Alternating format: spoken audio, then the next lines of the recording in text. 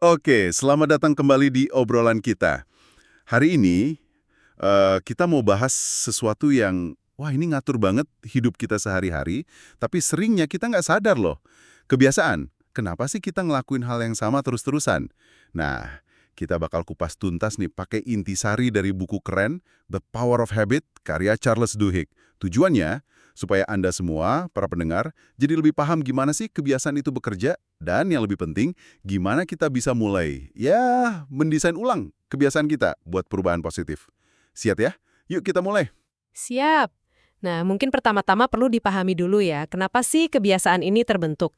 Ini penting banget nih buat diingat. Kebiasaan itu bukan berarti kita lemah atau males ya. Oh, jadi bukan soal itu ya? Bukan, sama sekali bukan. Ini justru cara otak kita, biar efisien.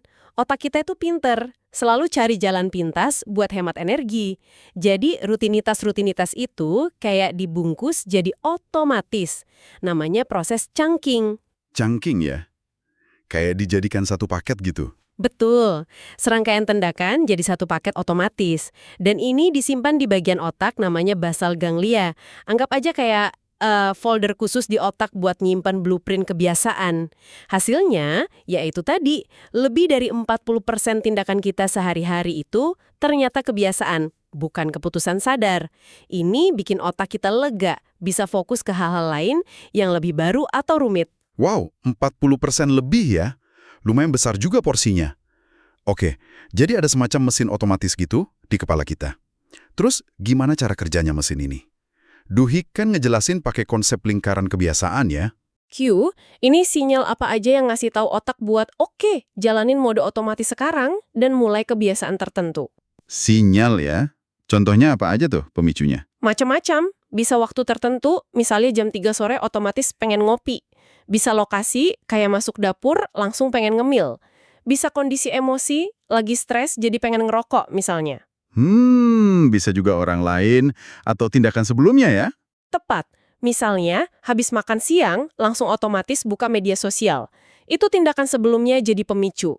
Oke, itu pemicu.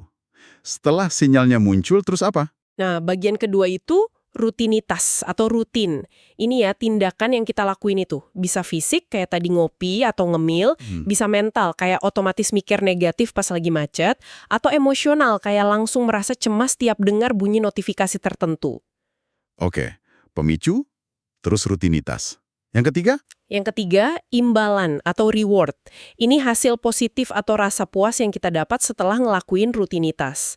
Nah, imbalan inilah yang bilang ke otak, lingkaran ini oke nih, berguna, simpen ya buat nanti. Ini yang bikin lingkaran kebiasaan jadi makin kuat. Pemicu, rutinitas, imbalan. 3 langkah. Tapi kok rasanya ya ada sesuatu yang lebih narik gitu, yang bikin kita pengen banget ngelakuin rutinitas itu, bahkan sebelum imbalannya datang. Kayak ada dorongan kuat dari dalam? Nah itu dia, pengamatan yang bagus banget. Itu elemen kunci keempat yang sering gak kelihatan tapi justru paling kuat. Ngidam atau craving. Ngidam. Iya, ngidang. Pas otak udah mulai mengantisipasi imbalan gara-gara ada pemicu, nah di situ muncul rasa ngidam. Rasa antisipasi enaknya imbalan inilah yang sebenarnya jadi motor penggerak lingkaran kebiasaan. Wah, menarik. Jadi bukan imbalannya langsung, tapi antisipasi terhadap imbalan itu ya? Persis. Contoh klasik banget itu Pepsodent. Mereka itu sukses besar bukan cuma karena jual pasta gigi, tapi karena mereka berhasil menciptakan ngidam massal di masyarakat buat ngerasain sensasi seger, agak semriwing gitu di mulut abis sikat gigi. Oh iya ya, rasa seger itu. Jadi itu direkayasa. Bisa dibilang gitu.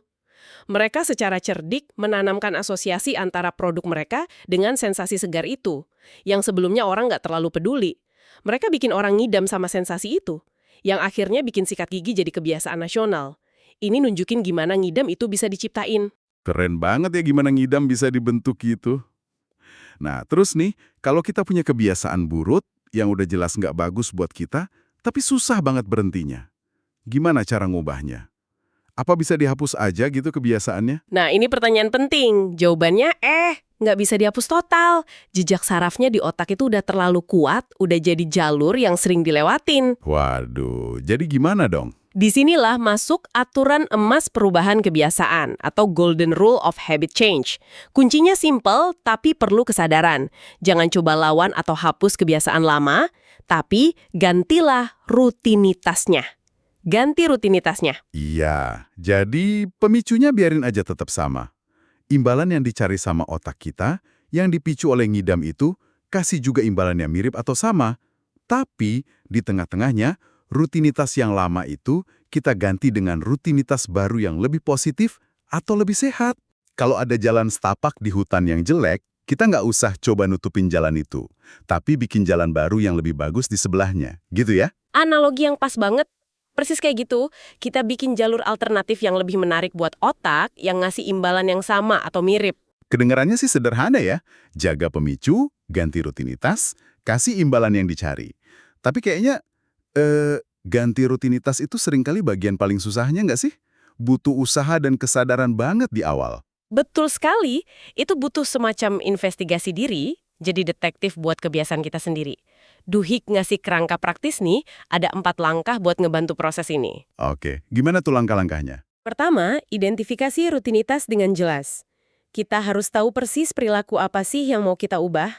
Jangan cuma bilang, saya mau hidup lebih sehat, tapi spesifik. Misalnya, saya mau berhenti ngemil keripik kentang tiap malam sambil nonton TV. Oke, harus spesifik ya. Langkah kedua? Kedua, eksperimen dengan imbalan. Ini bagian yang seru. Pas rasa ngidam buat ngelakuin rutinitas lama itu muncul, coba deh lakuin hal yang beda-beda, tapi yang mungkin bisa ngasih imbalan serupa. Contohnya, kalau tadi pengen ngemil keripik pas nonton TV, mungkin pas keinginan itu muncul, coba minum segelas air dulu. Atau coba jalan-jalan sebentar di rumah. Atau mungkin ngobrol sama pasangan atau teman. Catat gimana rasanya setelah itu. Apakah keinginan ngemilnya hilang? Jadi dites gitu ya, apa sih sebenarnya yang kita cari? Bisa jadi bukan keripiknya, tapi mungkin bosan, atau butuh relaksasi, atau cuma pengen ngunyah sesuatu aja ya. Tepat. Ini buat nemuin imbalan sejati di balik ngidam itu. Kadang kita salah kira. Mungkin kita pikir butuh gula, padahal cuma butuh istirahat sebentar atau pengalihan perhatian. Oke, jadi udah tahu rutinitasnya, udah eksperimen sama imbalan, terus apa lagi? Ketiga, isolasi pemicu. Nah, ini butuh pencatatan data selama beberapa hari. Setiap kali dorongan buat ngelakuin rutinitas lama itu muncul, langsung catat 5 hal. 1. Lokasi. Lagi di mana? 2. Waktu. Jam berapa? 3. Kondisi emosi. Lagi ngerasa apa? Senang, sedih, bosen, stres. 4. Orang lain. Ada siapa aja di sekitar? Atau lagi sendirian? 5. Tindakan sebelumnya. Apa yang baru aja Anda lakuin sebelum dorongan itu muncul? Wah, kayak detektif beneran ini. Dicatat semua ya? Iya, dicatat terus. Nanti dari data ini biasanya akan kelihatan polanya. Oh, ternyata saya selalu pengen ngemil jam 9 malam, pas lagi sendirian di depan TV dan ngerasa agak bosen. Nah, itu pemicunya ketemu. Oke, pemicunya udah ketahuan. Langkah terakhir. Keempat, buat rencana. Kalau udah tahu pemicunya apa, rutinitas baru apa yang mau dilakuin, dan imbalan apa yang sebenarnya dicari, tinggal bikin rencana yang spesifik. Formatnya bisa kayak gini. Saat pemicu spesifik teridentifikasi, saya akan melakukan rutinitas baru yang sudah dipilih untuk mendapatkan imbalan yang diinginkan. Contohnya, Saat jam 9 malam, pemicu waktu, saya merasa bosan di depan TV, pemicu emosi dan lokasi. Saya akan melakukan peregangan ringan selama 5 menit, rutinitas baru, untuk mendapatkan rasa rileks dan mengalihkan perhatian, imbalan. Menulis rencana ini bikin komitmen kita jadi lebih kuat. masuk akal, jadi lebih jelas dan terstruktur ya. Tapi ada satu elemen lagi yang nggak kalah penting, yang sering jadi pelumas perubahan ini, yaitu keyakinan atau belief. Kita harus percaya kalau perubahan itu mungkin. Percaya kalau kita bisa berubah ya. Betul, dan keyakinan ini seringkali jadi lebih kuat kalau kita berada dalam sebuah komunitas. Contoh paling jelas ya di kelompok seperti Alcoholics Anonymous, melihat orang lain yang punya masalah sama bisa berhasil berubah, itu ngebantu banget kita percaya kalau kita juga bisa. Dukungan kelompok itu krusial. Oke, jadi ada langkah praktisnya dan ada faktor keyakinan plus komunitas juga ya. Nah, selain ngubah kebiasaan spesifik satu persatu, buku ini kan juga nyinggung soal Keystone Habits, kebiasaan kunci. Bisa dijelasin dikit soal ini? Ah iya, Keystone Habits. Ini konsep yang menarik banget. Kebiasaan kunci ini ibaratnya kayak batu kunci di sebuah lengkungan bangunan. Satu batu itu penting banget buat struktur keseluruhan. Jadi, kebiasaan kunci ini adalah kebiasaan yang kalau kita ubah atau kita bentuk, dia akan memicu perubahan positif lainnya secara otomatis di area lain dalam hidup kita. Kadang di area yang kelihatannya nggak nyambung sama sekali. Kayak efek domino gitu ya. Satu kebiasaan bagus, nular ke yang lain. Persis. Contoh yang paling sering disebut ya olahraga teratur. Banyak orang yang mulai rutin olahraga, tiba-tiba aja jadi makan lebih sehat, padahal nggak niat diet, terus jadi lebih produktif di kerjaan, tidurnya lebih nyenyak. Itu semua terjadi tanpa usaha sadar tambahan di area makan atau tidur itu. Olahraga jadi kebiasaan kuncinya. Menarik.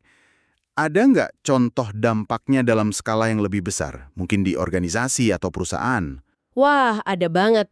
Contoh yang paling kuat dan sering dikutip dari buku Duhigg itu kasus Alcoa, perusahaan aluminium besar pas dipimpin CEO namanya Paul O'Neill. Alcoa ya? Gimana ceritanya? Jadi, pas O'Neill pertama kali jadi CEO, dia bikin kaget para investor. Di pertemuan pertamanya dia nggak ngomongin soal profit atau efisiensi, tapi dia bilang fokus utamanya adalah keselamatan kerja. Targetnya, 0 kecelakaan kerja di Alcoa. 0 kecelakaan. Di industri berat kayak aluminium, kedengarannya ambisius banget, bahkan mungkin aneh buat fokus utama CEO. Betul. Investor pada bingung, tapi O'Neill ngotot. Nah, untuk mencapai target 0 kecelakaan ini, dia nuntut perubahan besar. Misalnya, dia bikin aturan setiap ada kecelakaan kerja, manajer pabrik harus laporan ke dia dalam 24 jam. Dan harus sudah punya rencana pencegahan biar nggak terulang lagi. Wow, langsung ke CEO dalam 24 jam, itu pasti bikin sistem komunikasi berubah total kan? Itu dia intinya. Fokus radikal pada satu kebiasaan kunci, keselamatan kerja ini, secara tidak terduga memaksa Alcoa merombak total cara mereka berkomunikasi. Informasi harus ngalir cepat banget dari lini paling bawah sampai paling atas. Silo-silo antar departemen jadi runtuh karena semua harus kerjasama buat keselamatan. Dan ternyata proses kerja yang paling aman itu seringkali juga jadi proses kerja yang paling efisien. Kesalahan berkurang, kualitas produk meningkat. Jadi efek sampingnya malah positif kemana-mana ya? Banget. Hasil akhirnya, selama kepemimpinan O'Neill, tingkat kecelakaan kerja di Alcoa turun drastis jadi salah satu yang terendah di dunia, dan keuntungan perusahaan malah naik 5 kali lipat. Satu kebiasaan kunci, keselamatan, merombak budaya perusahaan, dan meningkatkan profit secara masif. Luar biasa ya. Gimana satu fokus bisa merembet dampaknya sejauh itu? Ini jadi mikir, gimana hubungannya sama konsep tekad atau willpower? Apa buat ngubah kebiasaan atau bangun kebiasaan kunci, kita cuma perlu punya tekad baja aja? Tekad itu penting, jelas. Tapi Duhigg punya pandangan menarik soal ini. Dia bilang, tekad itu kayak otot. Kayak otot. Maksudnya? Ya, kayak otot di tubuh kita. Bisa dilatih biar kuat, tapi kalau dipakai terus-terusan tanpa istirahat, ya bakal capek, lelah, dan akhirnya nggak berfungsi optimal. Oh, jadi tekad kita itu ada batasnya ya setiap hari? Iya, kayaknya gitu. Makanya, orang-orang yang paling berhasil dalam mengelola kebiasaan mereka itu bukan karena mereka punya cadangan tekad yang nggak ada habisnya, tapi karena mereka pintar membangun sistem dan rutinitas, jadi mereka nggak perlu terus-menerus mengandalkan tekad buat ngambil keputusan yang benar. Mereka bikin otomatis gitu ya, biar nggak nguras otot tekadnya. Betul, mereka mengelola energi tekad mereka dengan bijak. Contohnya Starbucks. Mereka ngelatih karyawan mereka pakai metode yang namanya latte buat nanggapin keluhan pelanggan. Latte. Kayak minuman kopi? Iya, singkatannya latte. Listen, dengarkan, acknowledge, akui perasaannya, take action, ambil tindakan solusi, thank, ucapkan terima kasih, explain, jelaskan kenapa masalah itu terjadi. Ini kan sebenarnya rutinitas yang terstruktur. Tujuannya, biar karyawan, bahkan pas lagi stres atau capek ngadepin pelanggan marah, punya panduan jelas harus ngapain. Mereka nggak perlu mikir keras pakai tekad mereka setiap saat. Cukup ikutin aja langkah latte ini. Ini cara melatih respons otomatis yang positif menghemat energi tekad. Wah, masuk akal banget. Jadi bukan soal punya tekad super, tapi lebih ke membangun kebiasaan pendukung dan sistem biar nggak selalu butuh tekad ya. Oke, jadi kalau dirangkum nih obrolan kita sejauh ini, poin utamanya adalah kebiasaan itu bukan takdir yang nggak bisa diubah. kita punya kekuatan buat memahaminya lewat kerangka pemicu, rutinitas, imbalan, dan yang penting tadi, ngidam. Terus kita bisa merancangnya ulang pakai aturan emas, yaitu ganti rutinitasnya, bukan ngelawan pemicu atau imbalannya. Fokus ke kebiasaan kunci juga bisa ngasih dampak berlipat ganda. Dan soal tekad, ini penting, tapi lebih penting lagi gimana kita mengelolanya secara cerdas, bangun sistem biar nggak gampang capek. Gitu ya kira-kira. Tepat sekali rangkumannya, udah dapat semua poin kuncinya. Mungkin sebagai pemikiran penutup nih buat Anda, para pendengar. Setelah kita ngerti gimana lingkaran kebiasaan ini bekerja di level pribadi, dan bahkan gimana dia bisa direkayasa oleh pihak luar, kayak di kasus Pepsodent tadi, atau gimana satu kebiasaan kunci bisa ngubah organisasi sebesar Alcoa. Coba deh, luangkan waktu sejenak buat merenung. Seberapa banyak sih dari pilihan-pilihan yang Anda anggap bebas Anda buat setiap hari, yang sebenarnya cuma skrip otomatis dari kebiasaan yang jalan di belakang layar? Kebiasaan yang mungkin nggak Anda sadari atau bahkan sengaja dirancang oleh orang lain, misalnya lewat pemasaran atau desain lingkungan sekitar Anda. Kesadaran akan adanya skrip-skrip otomatis ini itu adalah langkah paling pertama dan paling penting untuk benar-benar bisa mengambil alih kendali. Untuk menjadi arsitek sejati bagi hidup Anda, bukan cuma sekedar aktor yang mengikuti skrip yang sudah ada. Mulai dari situ.